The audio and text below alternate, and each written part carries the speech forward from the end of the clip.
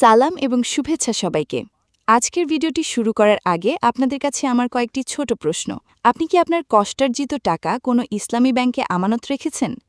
আপনি কি ভাবছেন আপনার সেই আমানত কি এখন নিরাপদ? দেশের ব্যাংকিং খাতের সবচাইতে বড় নামগুলো কেন আজ সংকটের মুখে?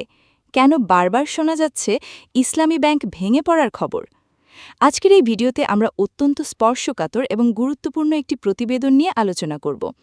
এই প্রতিবেদনের তথ্যগুলো আমরা সংগ্রহ করেছি দেশের শীর্ষস্থানীয় সংবাদ মাধ্যম এবং শেয়ার নিউজের বিশেষ ইনভেস্টিগেশন থেকে।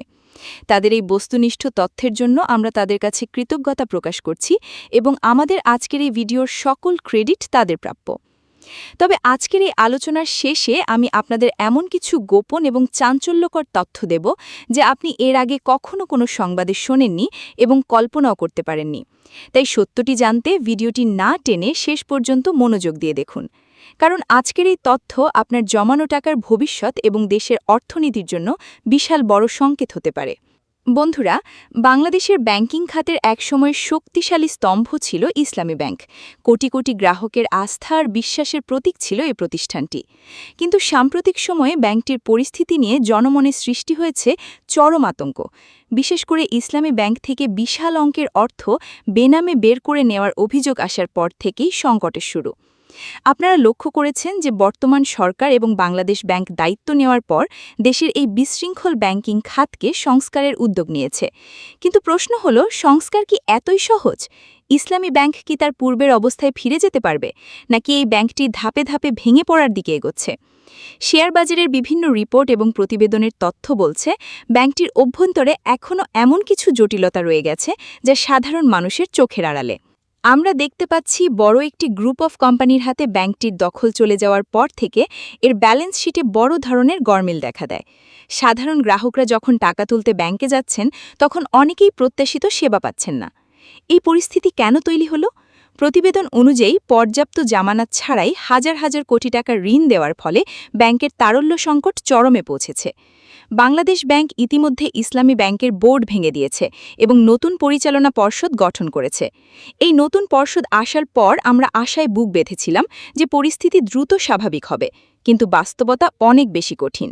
প্রতিবেদনগুলো পর্যালোচনা করলে দেখা যায় ব্যাংকটি এখন এমন এক অবস্থায় দাঁড়িয়ে আছে যেখানে একদিকে আমানতকারীদের টাকা ফেরত দেওয়ার চাপ আর অন্যদিকে ভুয়া ঋণের মাধ্যমে বের হয়ে যাওয়া টাকা উদ্ধার করার চ্যালেঞ্জ। এখানে একটি গুরুত্বপূর্ণ বিষয় হল আস্থা। ব্যাংকিং ব্যবসা টিকে থাকে মানুষের আস্থার উপর। যখন সাধারণ মানুষ শোনে যে ব্যাংক ভেঙে পড়ছে বা ব্যাংকে টাকা নেই, তখন সবাই একসাথে টাকা তুলতে ভিড় করে।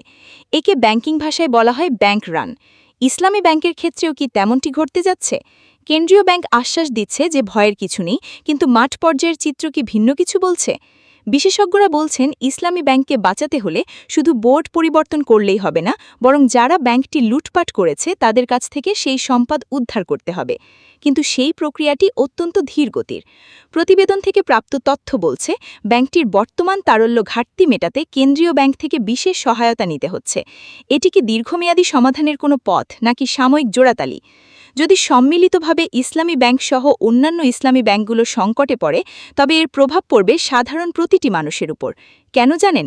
কারণ বাংলাদেশের অর্থনীতির একটি বড় অংশ ইসলামী ব্যাংকিংয়ের সাথে জড়িত।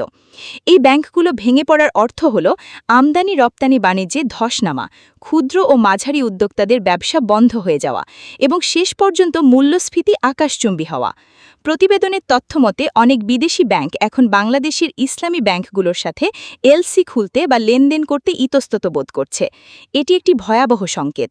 যদি আন্তর্জাতিক বাজারে ব্যাংকের গ্রহণযোগ্যতা কমে যায়, তবে দেশের রেমিটেন্স প্রবাহেও এর প্রভাব পড়তে পারে। প্রবাসীরা কি তাদের কষ্টের টাকা এমন কোনো ব্যাংকে পাঠাবেন যার স্থায়িত্ব নিয়ে প্রশ্ন আছে? এখানে প্রশ্ন জাগে, আমাদের নিয়ন্ত্রণ সংস্থাগুলো এতদিন কি করছিল? কেন চোখের সামনে একটি বিশাল ব্যাংককে পঙ্গু করে দেয়া হলো? প্রতিবেদনের তথ্যগুলো আঙুল দিয়ে দেখিয়ে দিচ্ছে যে রাজনৈতিক প্রভাব এবং কিছু অসাধু কর্মচারীর যোগসাজশেই আজকের এই বিপর্যয়। এই পর্যায়ে এসে আমাদের সাধারণ গ্রাহকদের জন্য কিছু বিষয় পরিষ্কার হওয়া জরুরি। আপনারা কি আপনার আমানত নিয়ে আতঙ্কিত হবেন? বিশেষজ্ঞরা বলছেন আতঙ্কিত হয়ে একসাথে সব টাকা তুলে যাওয়ার সিদ্ধান্ত ব্যাংকটিকে আরও বিপদে ফেলতে পারে। তবে আপনাদের অবশ্যই ব্যাংকের প্রতিটি পদক্ষেপের উপর নজর রাখতে হবে। মনে রাখবেন, ব্যাংকটির পুনরুদ্ধারের প্রক্রিয়া শুরু হয়েছে। এটি সময় সাপেক্ষ। সরকার এবং কেন্দ্রীয় ব্যাংক যদি কঠোর অবস্থানে থাকে তবে হয়তো পরিস্থিতি ঘুরে দাঁড়াতে পারে। তবে শেয়ার বাজারে থাকা বিনিয়োগকারীদের জন্য সময়টি খুবই সংবেদনশীল। ইসলামী ব্যাংকের শেয়ারের দাম এবং এর ব্যবসায়িক গতিবিধি খুব সাবধানে পর্যবেক্ষণ করতে হবে। ভিডিওর শুরুতে আমি আপনাদের বলেছিলাম শেষে এমন কিছু তথ্য দেব যা আপনারা কল্পনাও করেননি। সেই গোপন বিষয়টি হল, ব্যাংকিং খাতের এই সংকট শুধু ইসলামী ব্যাংকের একার নয়। একটি বিশেষ মহলের পরিকল্পনা ছিল এই ব্যাংকটিকে দেউলিয়া ঘোষণা করে পুরো ইসলামী ব্যাংকিং ব্যবস্থাটিকেই বিতর্কিত করা। তথ্য পাওয়া যাচ্ছে যে পর্দার আড়ালে বড় ধরনের পাচারকৃত অর্থের একটি বিশাল অংশ ইতিমধ্যে দেশের বাইরে এমনভাবে সরানো হয়েছে যা ফিরিয়ে আনা প্রায় অসম্ভব হয়ে পড়ছে। কিন্তু আশার কথা হলো, আন্তর্জাতিক গোয়েন্দা সংস্থাগুলো এখন এই অর্থ পাচারের ট্রেল খুঁজে বের করতে কাজ শুরু করেছে। খুব শীঘ্রই আপনারা এমন কিছু বড় নাম শুনতে পাবেন যাদের নাম আগে কখনো এই সংকটের সাথে প্রকাশ্যে আসেনি। অর্থাৎ রাঘব বোয়ালদের পতন এখন সময়ের ব্যাপার মাত্র। যদি এই পাচার হওয়া অর্থ ফিরিয়ে আনা সম্ভব হয় তবেই কেবল ইসলামী ব্যাংক তার পুরনো গৌরব ফিরে পাবে। অন্যথায় আমাদের সামনের দিনগুলো আরও কঠিন হতে পারে। বন্ধুরা, আজকের এই প্রতিবেদনটি আপনাদের সচেতন করার জন্য তৈরি করা হয়েছে। মনে রাখবেন, গুজব নয় বরং সঠিক তথ্যের ভিত্তিতে সিদ্ধান্ত নিন। আজকের এই ভিডিওটি আপনার কাছে কেমন লেগেছে তা কমেন্ট করে জানান। ব্যাংকিং খাতের এমন আরও আপডেট পেতে আমাদের চ্যানেলটি সাবস্ক্রাইব করে সাথেই থাকুন। সচেতন থাকুন, নিরাপদে থাকুন। আল্লাহ হাফেজ।